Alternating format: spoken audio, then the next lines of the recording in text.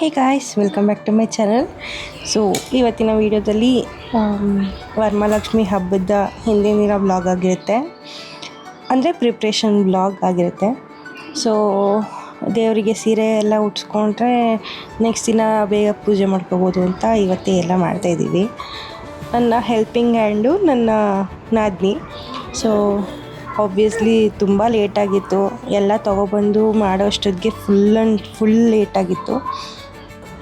ಅವಳು ಬೆಳಗ್ಗೆ ಬಂದಿದ್ದೇನೆ ಫಸ್ಟ್ ಬ್ಯಾಕ್ ಡ್ರಾಪ್ ಮಾಡ್ಕೊಬಿಡೋಣ ಅಂತ ಹೇಳಿದ್ಲು ಪಾಪ. ಆದರೆ ಮಾಡಿದ್ದಾದ್ಮೇಲೂ ಅದು ಯೂಸ್ ಆಗಿಲ್ಲ. ಅದ್ರ ಬದಲಿಗೆ ಇದನ್ನೇ ಮಾಡ್ಕೊಂಡಿದ್ದಿದ್ರೆ ಬೇಗನೆ ಮುಗಿತಾಯಿತ್ತು ನಮ್ಮ ಕೆಲಸ ಎಲ್ಲ. ನಮ್ಮ ಮನೆಯವ್ರು ಬಂದು ಆ ಬ್ಯಾಕ್ ಡ್ರಾಪ್ ಚೆನ್ನಾಗಿಲ್ಲ ಅಂತ ಹೇಳಿ ಚೇಂಜ್ ಮಾಡಿದ್ರು. ಏನೋ ಒಂದು ಮಾಡ್ಕೊಳ್ಳಿ ಅಂತ ನಾವು ನಮ್ಮ ಕೆಲಸದಲ್ಲಿದ್ದು ಪರ್ಚೇಸಿಂಗ್ ಏನಿದೆಯೋ ಅದು ಮತ್ತು ಸ್ಯಾರಿ ಡ್ರೇಪಿಂಗ್ ಎಲ್ಲ ನಮ್ಮ ಕೆಲಸ ಮುಗಿಸ್ಕೊಳ್ಳೋಣ ಅಂತ ಕೂತ್ಕೊಳ್ಳೋ ಅಷ್ಟೊತ್ತಿಗೆ ಫುಲ್ ಲೇಟಾಗಿ ಹೋಗಿತ್ತು ಪಾಪ. ಅವಳು ಮನೆಗೆ ಹೋಗ್ಬೇಕಾಗಿತ್ತು.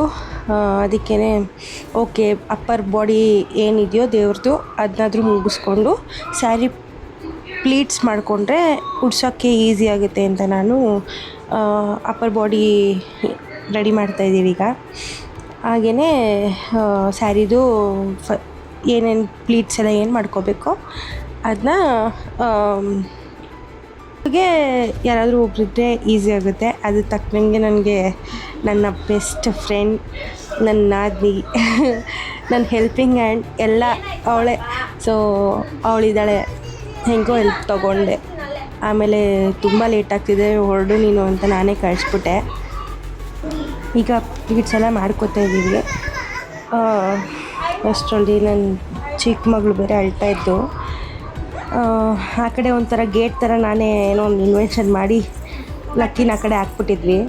ಅದಕ್ಕೋಸ್ಕರ ಅವರು ಆ ಕಡೆ ಆಟ ಆಡ್ಕೊಳ್ಳಿ ಅಂತ ಇಲ್ಲಿ ಎಲ್ಲ ಸೀರೆ ಎಲ್ಲ ಅಂದ್ಕೊಂಡಿದ್ದೀವಲ್ಲ, ಸೀರೆ ಎಲ್ಲ ತುಳಿತಾರೆ ಅಂತ ಆ ಕಡೆ ಬಿಟ್ಟಿದ್ವಿ. ಅವಳು ಆ ಕಡೆ ಇಲ್ಲದೆ ಈ ಕಡೆ ಬರಬೇಕು ಅಂತ ಆಟ ಮಾಡ್ತಿದ್ದಕ್ಕೆ ಎತ್ತಿ ಈ ಕಡೆ ಬಿಟ್ಲು ದಿವ್ಯಾ.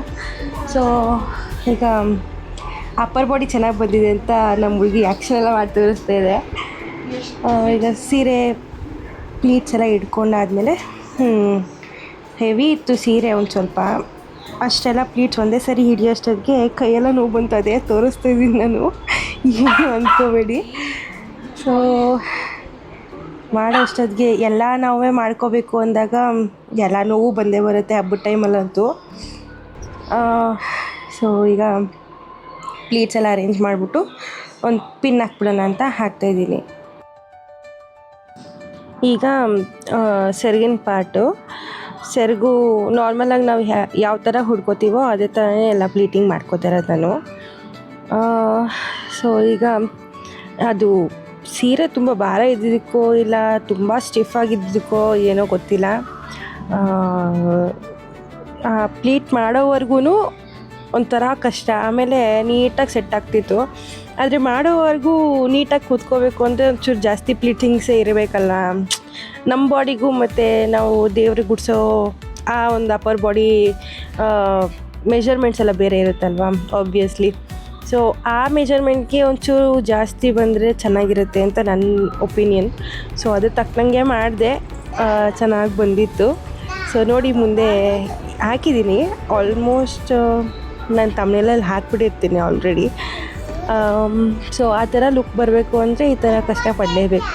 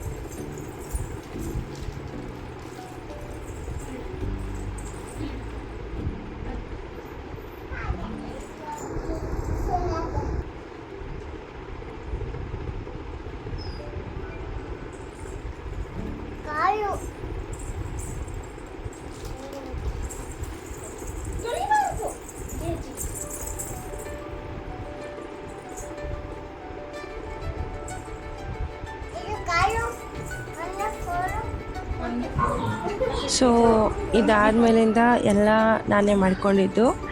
ದೇವರಿಗೆ ಸೀರೆ ಉಡ್ಸೋದ್ರಿಂದ ಎಲ್ಲ ಮಾಡ್ಕೊಂಡಿದ್ದು ನಾನೇ. ದಿವ್ಯಾ ಮನೆಗೆ ಹೋದ್ಲು. ಸೊ ನೋಡಿ ಹಿಂದೆ ಅಲ್ಲಿ ಕಾಣಿಸ್ತಾ ಇರ್ಬೋದು ನಿಮಗೆ, ನಮ್ಮ ಮನೆಯವರು ಮಾಡ್ತಾ ಇರೋದು ಡೆಕೋರೇಷನ್ನು. ನಮ್ಮ ಪಕ್ಕದ ಮನೆ ಆಂಟಿ ಮಾತಾಡಿಸ್ತಾಯಿದ್ರು, ಅದ್ರ ಜೊತೆಗೆ ಮಾತಾಡಿಕೊಂಡು ಮಾಡ್ಕೋತಾ ಇದ್ದೆ ನಾನು ಕೆಲಸನ.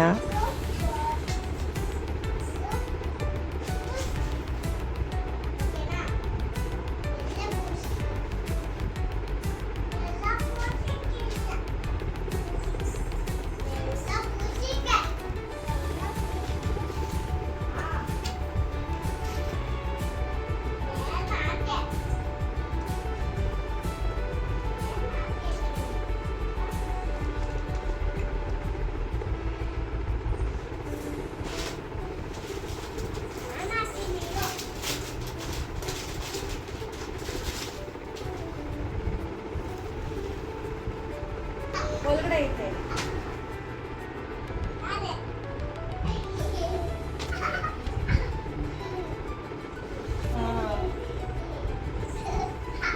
ಇದು ಸೋಫಾದ ಐತಲ್ಲ, ಒಳಗಡೆ ಐತೆ ಸೋಫಾದ, ಅದ್ರ ಮೇಲೆ ಕೂರ್ಸೋದು ಯಾವಾಗಲೂ.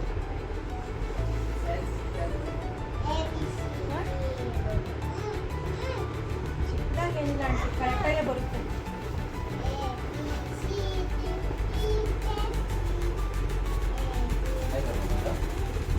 ಇಲ್ಲ ಮಾಡ್ತಾ ಇದ್ದೀನಿ.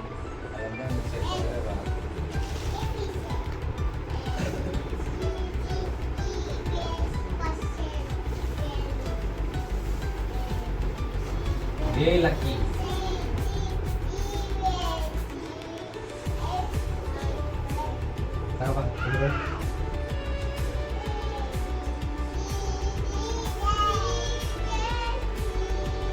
ಬೆಳಗ್ಗೆಯಿಂದ ಬ್ಯಾಕ್ ಡ್ರಾಪ್ಗೆ ಫುಲ್ಲಾಗಿ ಟೈಮ್ ಖರ್ಚು ಮಾಡಿಕೊಂಡು ಈಗಲೂ ಮಾಡಬೇಕು ಅಂದರೆ ಎಂಥವ್ರಿಗಾದ್ರೂ ಕೋಪ ಬರುತ್ತೆ ತಾನೇ ಫ್ರೆಂಡ್ಸ್.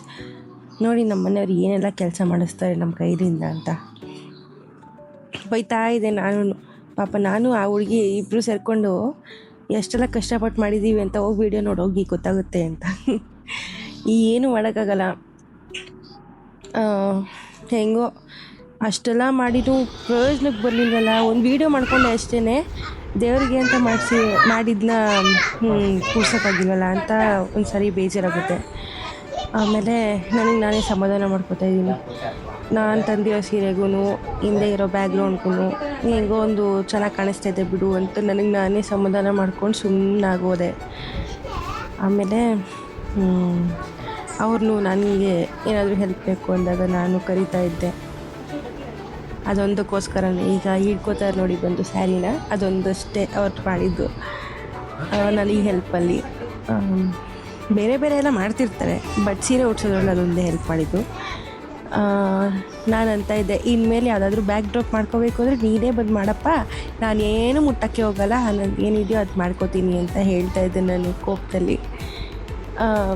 ಚೆನ್ನಾಗೇ ಇತ್ತು, ಅದೇನೋ ಅವ್ರಿಗೇನೋ ಇಷ್ಟ ಆಗಿಲ್ವಂತೆ, ಗೊತ್ತಿಲ್ಲ. ನೀವು ಹಿಂದಿನ ವೀಡಿಯೋದಲ್ಲಿ ಅಂದರೆ ಸ್ಟಾರ್ಟಿಂಗಲ್ಲೂ ಒಂದು ಕ್ಲಿಪ್ ಅಟ್ಯಾಚ್ ಮಾಡಿದ್ದೀನಿ, ನೋಡ್ಕೊಬಂದು ಆ ಬ್ಯಾಕ್ ಡ್ರಾಪ್ ಹೇಗಿತ್ತು ಅಂತ ಒಂದು ಸರಿ ಕಮೆಂಟ್ ಹಾಕಿ ಗೈಸ್, ನನಗೂ ಗೊತ್ತಾಗಲಿ ಚೆನ್ನಾಗಿತ್ತೋ ಚೆನ್ನಾಗಿಲ್ವೋ. ಅವ್ರ ಕಣ್ಣಿಗೆ ಮಾತ್ರ ಚೆನ್ನಾಗಿ ಕಾಣಿಸ್ತಾ ಇಲ್ವಾ, ಇಲ್ಲ ಬೇರೆಯವ್ರಿಗೂ ಹಂಗೇನಾ? ಆದರೆ ನನಗೆ ಗೊತ್ತಿರೋಂಗೆ ಎಲ್ಲರೂ ಆ ಬ್ಯಾಕ್ ಡ್ರಾಪ್ ಚೆನ್ನಾಗಿತ್ತು ಅಂತಲೇ ಹೇಳ್ತಾ ಇದ್ದಿದ್ದು. ಏನೋ ಈ ಸರಿ ನಮ್ಮ ಮಹಾಲಕ್ಷ್ಮಿ ಈ ಥರದೊಂದು ಬ್ಯಾಕ್ಗ್ರೌಂಡಲ್ಲಿ ಕೂತ್ಕೋಬೇಕು ಅಂತ ಇತ್ತೇನೋ ಗೊತ್ತಿಲ್ಲ, ಅದಕ್ಕೋಸ್ಕರನೇ ಆ ಅಮ್ಮನೇ ಚೇಂಜ್ ಮಾಡಿಸ್ಕೊಂಡ್ರೇನೋ ಅಂತ ಸುಮ್ಮನಾಗೋದೆ ನಾನು. ಈಗ ಕಾಲೆಲ್ಲ ಫಿಕ್ಸ್ ಮಾಡ್ಕೋತಾ ಇದ್ದೀನಿ. ನಮ್ಮ ಹುಡುಗಿ ಹೇಳ್ತಾಯಿದ್ರು ಕಾಲ್ಗೂ ಕಟ್ಬಿಡೋಣ, ಇಲ್ಲ ವೈಂಡಿಂಗ್ ವೈರ್ ಹಾಕಿ ಸುತ್ಬಿಡೋಣ ಅಂತ. ನೋಡೋಣ ತಡಿ, ಯಾವಾಗಲೂ ಪ್ರತಿ ವರ್ಷವೂ ಇದೇ ಥರನೇ ಮಾಡೋದು. ನಾನು ಸ್ಯಾರಿಲೇ ಹಾಕ್ಬಿಡ್ತೀನಿ ನಾನು ಕಾಲನ್ನ, ಅದು ಎಲ್ಲದಕ್ಕಿಂತ ಸ್ಟ್ರಾಂಗಾಗೇ ಇರುತ್ತೆ. ಹಾಗಾಗಿ ಸರಿನೂ ಅದೇ ಥರನೇ ಮಾಡಿದೆ. ಫಿನಿಶಿಂಗ್ ಅಂತೂ ನೀಟಾಗೇ ಬಂದಿತ್ತು ನನ್ನ ಪ್ರಕಾರ, ನನಗನ್ಸಿದ್ದು. ಸೊ ನಿಮಗೆ ಯಾವ ಥರ ಅನಿಸ್ತಾ ಇದೆ ನಾನು ಫಿಕ್ಸ್ ಮಾಡ್ತಾ ಇರೋದು ಅಂತ ನೋಡ್ತಿದ್ದೀರಲ್ಲ, ನಿಮ್ಮ ಒಪಿನಿಯನ್ ಕೂಡ ಹೇಳಿ ನನಗೆ.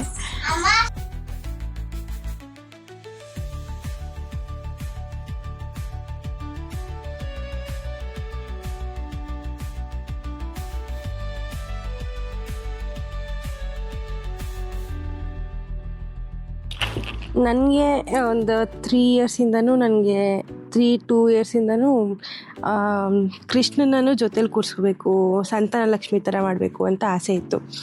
ಈ ಸರಿ ಏನಾಯಿತು ಅಂದರೆ ದರ್ಬಾರ್ ಸ್ಟೈಲಲ್ಲಿ ಕಾಲ ಮೇಲೆ ಕಾಲು ಹಾಕ್ಕೊಂಡು ಕೂತಿರೋ ಲಕ್ಷ್ಮಿನ ಕೂರಿಸ್ಬೇಕು ಅಂತ ನಮ್ಮ ಮನೆಯವ್ರು ಹೇಳ್ತಾಯಿದ್ರು. ಆದರೆ ಈ ಸಂತಾನ ಲಕ್ಷ್ಮಿಗೆ ಕಾಲ ಮೇಲೆ ಕಾಲು ಹಾಕ್ಕೊಂಡ್ರೆ ಚೆನ್ನಾಗಿರಲ್ಲ ಅಂತ ನಾನು ಆ ಕಾಲ ಮೇಲೆ ಕಾಲು ಹಾಕ್ಕೊಂಡಿರೋ ಸ್ಟೈಲ್ ಇಲ್ಲಿ ತೋರಿಸ್ತಾ ಇದ್ದೀನಿ. ಬಟ್ ಆ ಥರ ಕೂರ್ಸೋಕ್ಕೆ ಹೋಗಿಲ್ಲ ನಾನು.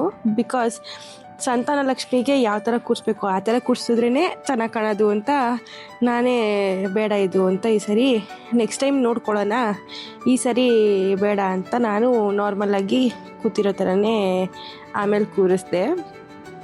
ಬಟ್ ಕಾಲ ಮೇಲೆ ಕಾಲು ಹಾಕ್ಕೊಂಡಿರೋ ಥರ ಕೂರಿಸಿರೋ ಸ್ಟೈಲು ಚೆನ್ನಾಗೇ ಬಂತು. ಆ್ಯಕ್ಚುಲಿ ನಾನು ಹೇಳ್ತಾ ಇದ್ದೆ, ಈ ಕಾಲು ಕೈ ಆ ಒಂದು ಸ್ಟೈಲ್ಗೆ ಸೂಟ್ ಆಗುತ್ತೋ ಇಲ್ವೋ ನನಗೆ ಗೊತ್ತಿಲ್ಲ, ಬಟ್ ಇದರಲ್ಲಿ ಚೆನ್ನಾಗೇ ಕಾಣಿಸ್ತಾ ಇದೆ. ನೆಕ್ಸ್ಟ್ ಟೈಮ್ ಈ ಥರ ಕೂರಿಸ್ಬೇಕು ಅಂದಾಗ ಹ್ಯಾಂಡ್ಸ್ ಆ್ಯಂಡ್ ಲೆಗ್ಸ್ನ ಬೇರೆ ಚೇಂಜ್ ಮಾಡಬೇಕು ಅಂತ ಹೇಳ್ತಿದ್ದೆ ನಮ್ಮ ಮನೆಯವ್ರಿಗೆ. ಸೊ ನೋಡೋಣ ಬರೋ ವರ್ಷಕ್ಕೆ ಆ ಥರ ಆಗುತ್ತೋ ಇಲ್ವೋ ಅಂತ. ಸೊ ಈಗ ಯಾವ ಥರ ಕಾಣಿಸ್ತಾ ಇದೆ, ಚೆಸ್ಟ್ ಪ್ಲೀಟ್ಸ್ ಎಲ್ಲ ಆಗಲೇ ಹೇಳಿದ್ನ ನಾನು, ಈ ಥರ ಒಂದು ಫಿನಿಶಿಂಗ್ ಬರಬೇಕು ಅಂತ ಹೇಳಿದ್ರೆ ಪ್ಲೀಟ್ಸ್ ಒಂಚೂರು ಚೆನ್ನಾಗಿ ಜಾಸ್ತಿಯಾಗಿರಬೇಕು. ಅದು ನೋಡಿ ಮೇಲ್ಗಡೆನೂ ಅಷ್ಟೇ ಕೆಳಗಡೆನೂ ಅಷ್ಟೇ ಪ್ಲೀಟ್ಸ್ ಎಷ್ಟು ಚೆನ್ನಾಗಿ ಬಂದಿದೆ, ಎಷ್ಟು ಚೆನ್ನಾಗಿ ಕೂತಿದೆ ಅಂತ ತುಂಬ ಇಷ್ಟ ಆಯಿತು ನನಗಂತೂ ಔಟ್ಕಮ್. ಸೊ ನೋಡಿ ಕಾಲ ಮೇಲೆ ಕಾಲು ಹಾಕ್ಕೊಂಡು ಕೂತಿರೋ ಥರನೂ ಸ್ಟೈಲ್ ತೋರಿಸ್ತಾ ಇದ್ದೀನಿ. ನನಗಂತೂ ಸಖತ್ ಇಷ್ಟ ಆಯಿತು. ಅದು ಫಿನಿಶಿಂಗ್ ಅದನ್ನ ಒಂಚೂರು ಟಕ್ ಮಾಡಬೇಕಾಗಿತ್ತು, ಜಸ್ಟ್ ಒಂದು ಟ್ರಯಲ್ ಮಾಡೋಣ ಅಂತ ಹಾಕಿದ್ದೆ ಅಷ್ಟೇ.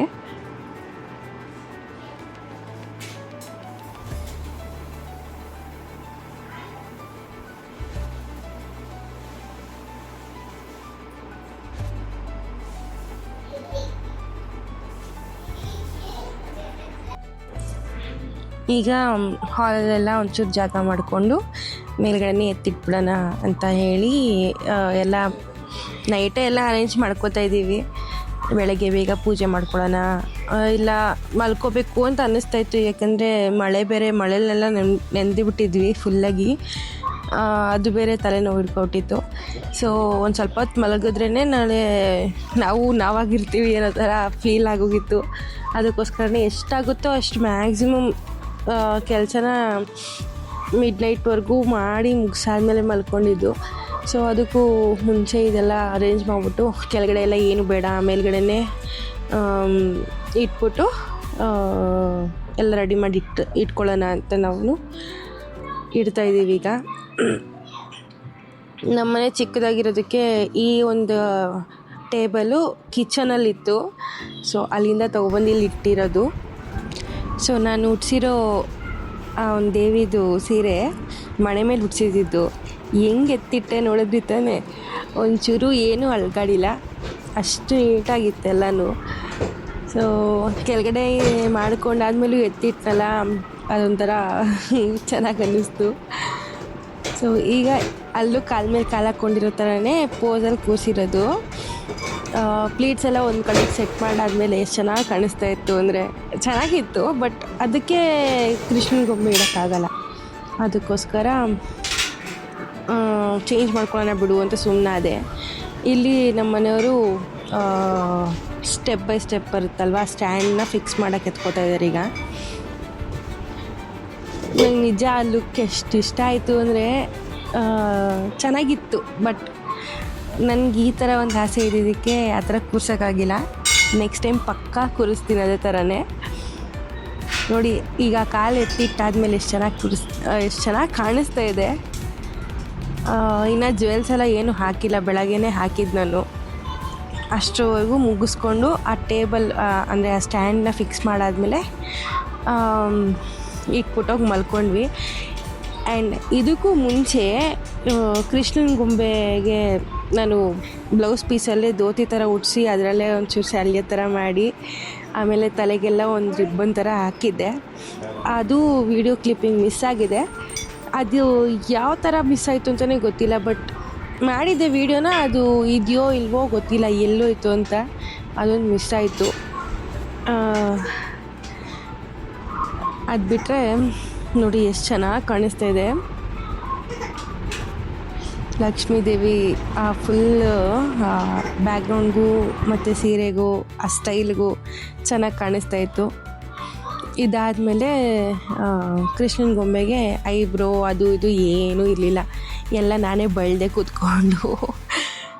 ಸೊ ಕೃಷ್ಣನ ಗೊಂಬೆಗೆ ಒಂಚೂರು ಅಲಂಕಾರ ಮಾಡಾದಮೇಲೆ ಹೋಗಿ ನಿದ್ದೆ ಮಾಡಿದ್ವಿ. ಒಂದು ಸ್ವಲ್ಪ ಹೊತ್ತಾದರೂ, ಒಂದು 2-3 hours ಆದರೂ ನಿದ್ದೆ ಮಾಡಿರ್ತೀವಿ. ಸೊ ನಾನು ಈ ಥರ ಮಾಡಿರೋದು ಯಾರಿಗೆಲ್ಲ ಇಷ್ಟ ಆಗಿದೆ, ಹೇಗೆ ಅನ್ನಿಸ್ತು ನಿಮಗೆ ಅಂತ ಕಮೆಂಟ್ ಸೆಕ್ಷನಲ್ಲಿ ತಿಳಿಸಿ. ಸೊ ಇಷ್ಟೇ ಇವತ್ತಿನ ವಿಡಿಯೋ. ಸಿಗುವ ನೆಕ್ಸ್ಟ್ ವಿಡಿಯೋದಲ್ಲಿ. ಅಂಟಿಲ್ ದೆನ್ ಟೇಕ್ ಕೇರ್, ಬಾಯ್ ಬಾಯ್.